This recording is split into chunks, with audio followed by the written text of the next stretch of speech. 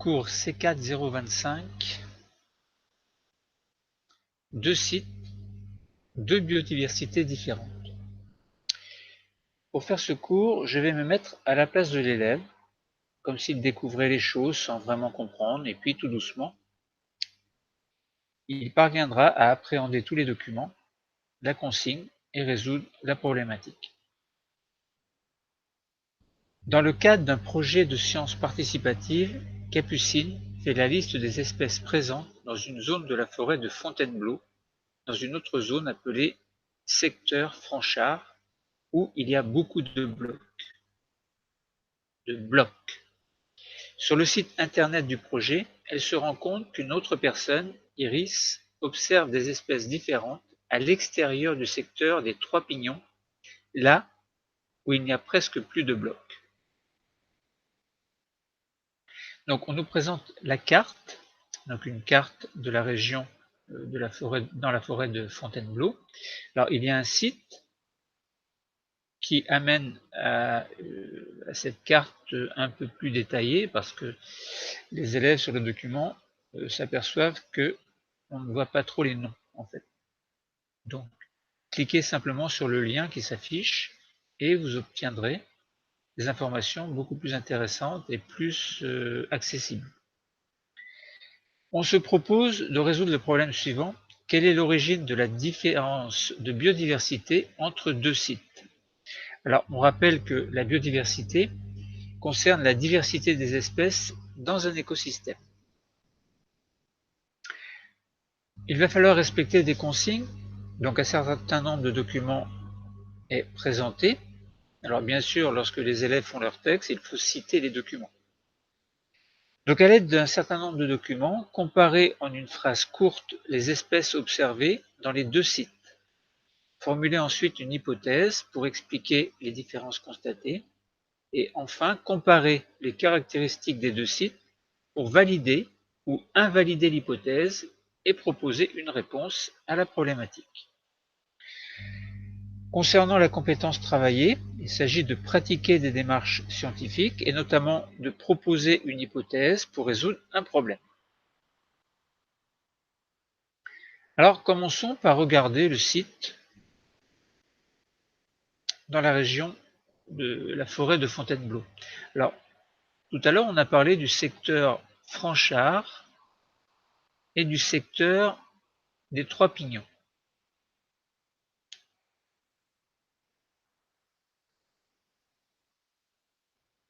Alors, en se rendant sur le site, on regarde. Donc, le titre est marqué. Donc, sur le titre, c'est marqué les sites de blocs de Fontainebleau et des environs. Alors, je laisse un peu de temps afin que les élèves puissent réfléchir par eux-mêmes. Donc, on voit un fleuve, l'Essonne, la Seine, la Juine, le Loing, L-O-I-N-G. Donc, en fait, plusieurs fleuves entourent une région. On voit les Trois Pignons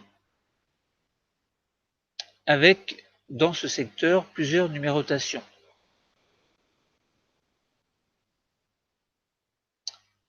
Ensuite, on cherche. Alors, l'élève doit trouver, donc il a trouvé, on va dire, le secteur des Trois Pignons. Il ne reste plus qu'à trouver le secteur Franchard.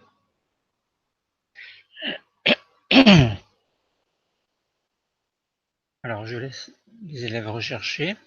Fontainebleau, Apremont, Le Cuvier, Franchard. Voilà. En fait, en cliquant sur le secteur Franchard ou sur le secteur des Trois Pignons, on agrandit la zone, ce qui permet de mieux voir. Alors, concernant les Trois Pignons, on voit une numérotation qui va de 1 jusqu'à 19, on va dire. Et concernant le secteur Franchart, il y a plutôt un système de... Bon, alors, il y a des numéros de 1, 2, jusqu'à jusqu'à 19 en fait. Mais en fait, si on réfléchit bien, on s'aperçoit que les numéros concernent aussi bien le secteur des Trois Pignons que le secteur Franchart. Donc, 1, 2 est plutôt dans le secteur Franchart, tandis que de 3 à 19, on est dans le secteur des Trois Pignons. Et dans le secteur Franchart, on a des lettres. Alors, on a un certain nombre de lettres, I, C, HP, CU, CS, M. Bon, et on s'aperçoit qu'on a aussi un S ou un numéro 5, on a du mal à voir. Bon, donc on a repéré les deux zones. Maintenant, on peut se demander, une fois qu'on a repéré les zones, qu'est-ce qu'on fait? Alors, il y a une autoroute qui passe entre le secteur Franchart et le secteur des Trois Pignons, c'est l'autoroute A6. Alors, concernant la numérotation, on se réfère à une légende et on voit que, bon, il y a des espèces de petits ovales marrons et à l'intérieur de chaque ovale marron, il y a un numéro. Et si on regarde dans la légende, on s'aperçoit que ces ovales marrons correspondent à des sites de 100 blocs environ ou plus.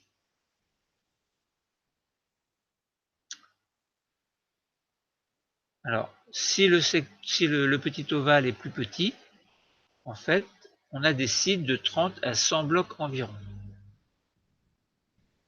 Alors, dans le secteur des Trois Pignons, on a du vert, on a beaucoup de vert, et il y a des forêts.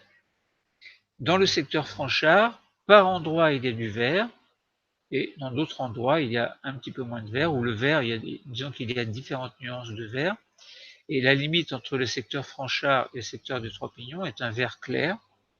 Alors, on peut très bien imaginer qu'il y a moins de forêts, tandis qu'à peu près au centre du secteur des Trois Pignons, il y a un vert foncé, on pourrait penser qu'il y a beaucoup plus de forêts. Même principe sur le secteur Franchart. Alors sur la partie droite, quand on regarde l'écran, en fait, il y a beaucoup de vert, donc on peut penser qu'il y a beaucoup de forêts. Donc on regarde la légende sur le trait rouge et on vérifie que c'est l'autoroute, donc il y a un échangeur. Donc voilà, alors on voit des parties jaunes, mais qui ne concernent pas les Trois Pignons ni le secteur Franchart, et ces parties jaunes seraient des cultures ou des zones mixtes de cultures et de forêts. Bon, donc voilà ce que l'on pouvait dire, on verra si on y revient. Alors maintenant, on va essayer d'étudier les documents pour voir un petit peu ce qu'ils nous apportent. Alors, dans un premier document, on voit des êtres vivants. Alors, sans regarder la légende encore, il y a un numéro de document et un titre. Eh bien, on nous présente en fait des espèces qui sont observées dans le secteur Franchart. Donc là où Capucine est allée, elle rencontre des êtres vivants, alors des animaux et des végétaux. On voit des pins sylvestres, des bouleaux, des calunes, qui sont des végétaux, des corynéphores blanchâtres, qui sont aussi des végétaux. Et concernant les animaux, elle voit des cicindèles champêtres, des larves de fourmillons, des lézards des murailles et un guêpier d'Europe. Alors on suppose que s'il y a un guêpier, il y a des guêpes, même si elles ne sont pas représentées. Donc voilà pour la biodiversité, quelques espèces, du moins les principales espèces observées par Capucine. Alors ça ne veut pas dire qu'elle a tout observé. Ensuite, on nous présente un autre document où l'on voit beaucoup de blanc, du jaune, une partie de la Seine, Fontainebleau, on voit un grand ovale gris, et une croix. Alors la croix correspond au site d'observation de Capucine. Toute la partie jaune, si on regarde la légende, eh bien, c'est du calcaire.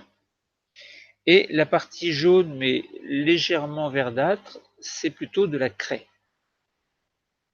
Et tout ce qui est blanc correspond à du sable et des blocs de grès. Alors, le grès, c'est une roche constituée par des grains de sable qui sont très agglomérés entre eux, qui sont cimentés en fait. Donc le sable est une roche meuble, c'est-à-dire si on prend du sable dans la main, il s'écoule entre les doigts. Et si on prend un bloc de grès, un morceau de grès, qui est du sable aussi, mais empaqueté, enfin, dans lesquels les grains sont liés entre eux, en fait, eh bien, ça ne coule pas entre les doigts, c'est une roche dure. En fait. Donc voilà, on nous présente donc une carte géologique simplifiée et la localisation, grâce à la croix, de l'endroit où Capucine observe certains animaux, ou certaines espèces. Et on voit donc qu'il y a de la craie, du sable, des grès, des calcaires. Ce sont des roches du sous-sol de la région du secteur Franchard. Alors, bien sûr, la nature des roches détermine en partie les propriétés des sols. Si le sous-sol est fait de sable, par exemple, l'eau de pluie n'est pas retenue par le sol, on dit alors qu'il est perméable. Alors évidemment, si le sol coule, si l'eau coule sur des roches plus dures, eh bien, cela rend le sol imperméable. Alors, bon, cette notion de perméabilité est relative, évidemment. Alors, le sous-sol, c'est quoi? C'est simplement la zone qui est constituée de roches du sous-sol. Donc, au-dessus du sous-sol, en général, il y a le sol. Le sol, c'est plus ou moins des restes d'êtres vivants. Bon, nous en parlons dans une autre vidéo.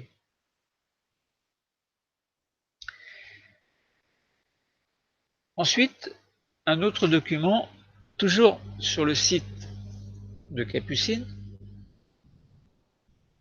on observe, enfin on voit en tout cas, qu'il y a des paramètres physiques. Alors, on voit des blocs. En fait, on voit une photo où on voit des blocs, on voit du blanc, on a l'impression que c'est du sable.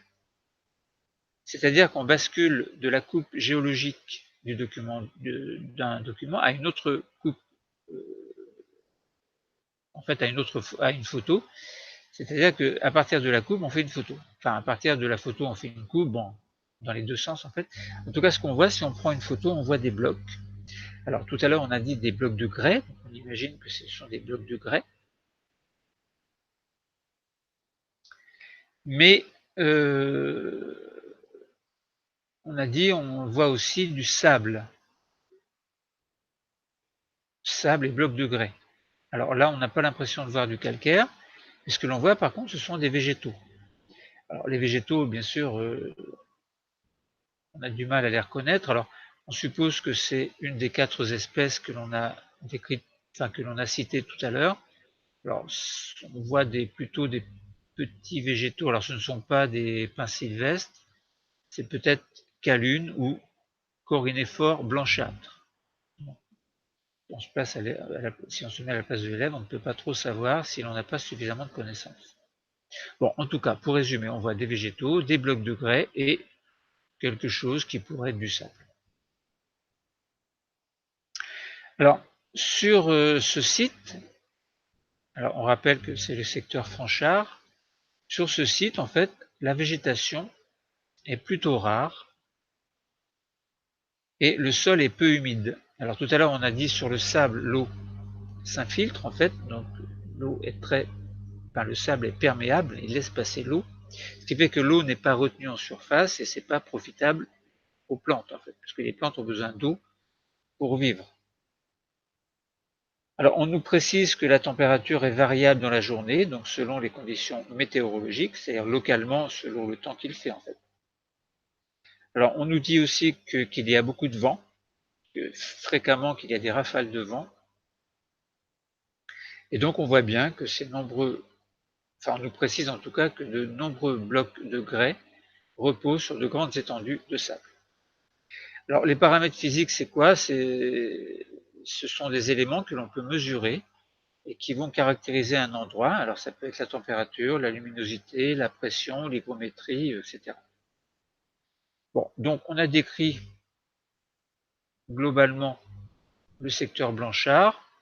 Donc on répète, pour résumer, qu'il y a, alors Capucine a repéré 4 espèces végétales, 4 espèces animales. On nous a présenté une carte géologique qui nous disait que l'on pouvait voir de la craie, du calcaire, des blocs de sable, enfin du sable et des blocs de grès, et le site d'observation était posé par une croix. Donc cette croix est située au niveau de sable et de blocs de grès. Donc là, c'est normal que lorsque Capucine a pris la photo, elle ne voyait pas de craie ni de calcaire. Alors, c'est quoi la différence entre craie et calcaire? Bon, peu importe, mais le calcaire est plutôt impur. La craie, ce serait du calcaire pur, en fait, du carbonate de calcium. Bon, nous en parlerons éventuellement plus tard. Donc, le site d'observation de Capucine est bien au niveau de blocs de grès et du sable autour. La photo nous montre donc ces blocs de grès, ce sable et quelques végétaux, en nous précisant que l'eau n'est pas retenue en surface, donc le sol est plutôt sec, qu'il y a souvent des rafales de vent, et donc cet endroit n'est pas propice en fait à une belle végétation. Ensuite, le même raisonnement va se faire concernant Iris. Alors Iris était sur le secteur, si on remonte un petit peu en arrière, on regarde dans les consignes, secteur des 3 pignons. On avait repéré les 3 pignons sur le site tout à l'heure. Alors on y va pour le site des 3 pignons. Alors Iris observe les principales espèces, un chêne sessile, un alisier, l'alisier de Fontainebleau en fait, des hêtres, des orchis pourpres. Et concernant les espèces animales, grand capricorne, taupin violacé, un merle noir, une rainette verte. Alors, est-ce que l'on peut deviner, à partir des êtres vivants que l'on a, ou des végétaux et animaux, est-ce que l'on peut deviner ce qui va être dit après? Par exemple, grenouille verte. Elle aime bien vivre dans un endroit où il y a de l'eau, parce que la grenouille, elle vit dans l'eau. Alors, du moins, la grenouille verte, hein, elle reste aux alentours de l'eau, parce que la grenouille rousse, elle vient pondre dans l'eau au printemps, début du printemps, enfin un petit peu avant le printemps en fait, février-mars. Bon. Et ensuite, cette grenouille rousse, ensuite elle s'en va. Elle va dans la forêt, elle va à droite, à gauche, mais elle ne reste pas dans la mare, pas des mares. Alors que les grenouilles vertes, elles pondent un peu la même période, sauf que, bon, nous n'en parlerons pas, mais il y a des périodes de ponte qui peuvent se faire en juin aussi. Bon, donc, on imagine que la grenouille verte, qui doit rester dans l'eau, on imagine des mares, et que cet endroit va être assez humide, et qu'on espère, enfin, c'est pas qu'on espère, c'est qu'on pense que le sol va retenir l'eau, très certainement, et que même peut-être tellement retenir l'eau que ça va former des mares. Le merle, qu'est-ce qu'il peut nous apporter? Bon, que mange le merle? Bah, il aime bien manger des vers de terre, des petits insectes. Bon. Capricorne, il aime bien peut-être manger les arbres qui sont tombés, qui commencent à se décomposer. Le taupin, bon, peut-être, on ne sait pas, imaginons. Le chêne, le hêtre, bon, ça demande beaucoup d'eau, un système racinaire peut-être important. Les orchis pourpres, les orchidées en fait, peut-être un milieu spécial, on verra. Et alisier de Fontainebleau, bon, on n'est pas trop, enfin du moins on fait semblant de ne pas connaître. Alors, même principe, carte géologique simplifiée de l'endroit où se trouve Iris. Alors la croix, on repère tout de suite la croix, sinon le principe de la légende elle-même, donc craie, calcaire, sable et blocs de grès, site d'observation. Donc Iris est dans un site d'observation que l'on repère en jaune, la croix est dans du jaune, et jaune c'est du calcaire, un carbonate de calcium. Donc le sol est fait de calcaire et le calcaire retient davantage l'eau que le sable. Le calcaire c'est une roche sédimentaire constituée de carbonate de calcium. C'est un petit peu ce que l'on voit en fait sur les falaises de Normandie.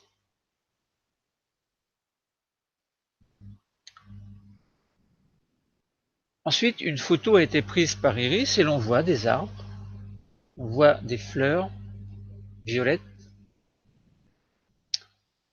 et on voit que la végétation est quand même assez importante. Donc, on repère quelques paramètres physiques. On imagine en tout cas, donc humidité, on imagine qu'il y en a, comme on a dit. Bon. Température favorable à la pousse des plantes, donc des fleurs en fait. La végétation est très abondante. Elle se développe sur un sol humide, donc le sol retient l'eau. La température varie peu en journée et il y a peu de vent.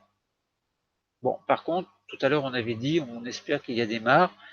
Sur la photo, on ne voit pas de mares. Donc on ne voit pas de rainettes, c'est-à-dire de grenouilles vertes. On ne voit pas les animaux. Tout comme tout à l'heure pour Capucine, on ne voyait pas les animaux sur la photo. On voyait simplement les végétaux. Là c'est pareil, on voit que les végétaux. On n'a pas représenté les animaux. Bon, et bien voilà ce que l'on pouvait dire sur l'observation des documents. Alors maintenant, il faut essayer de répondre à la problématique. En fait, on disait quelle est l'origine de la différence de biodiversité entre deux sites. Donc on a vu le site Blanchard et le site des Trois Pignons. Alors il fallait comparer les espèces observées, formuler une hypothèse pour expliquer les différences, et enfin comparer les caractéristiques des deux sites, caractéristiques physiques en fait, pour valider ou invalider l'hypothèse et proposer une réponse à la problématique, donc origine de la différence de la biodiversité entre les deux sites. Bon, des éléments de réponse, c'est qu'il fallait comparer une phrase courte. Bon, pour la phrase courte, les espèces observées dans les deux sites ne sont pas les mêmes, aussi bien pour la flore que pour la faune. Donc on avait dit que bon, il y avait 4 espèces végétales, 4 espèces animales dans les deux sites, et que les espèces ne sont pas les mêmes. Bon, formuler une hypothèse pour expliquer les différences. Bah, quelle hypothèse? On fait l'hypothèse qu'il y a des paramètres physiques qui vont influencer localement le fait qu'il y aura telle ou telle espèce animale et telle espèce végétale. Donc les paramètres physiques tels que la température, le vent, l'humidité, etc. vont faire qu'on peut expliquer ces différences. Alors il fallait comparer bien sûr les paramètres des deux sites pour valider ou non l'hypothèse. Donc on remarque qu'il y a des différences comme nous l'avons dit. Alors si on commence par le site de Capucine, on a dit qu'il y a du sable, là où il y avait la petite croix dans la partie blanche en fait, il y avait des blocs de grès et du sable, et on avait dit que le sable ne retient pas l'eau.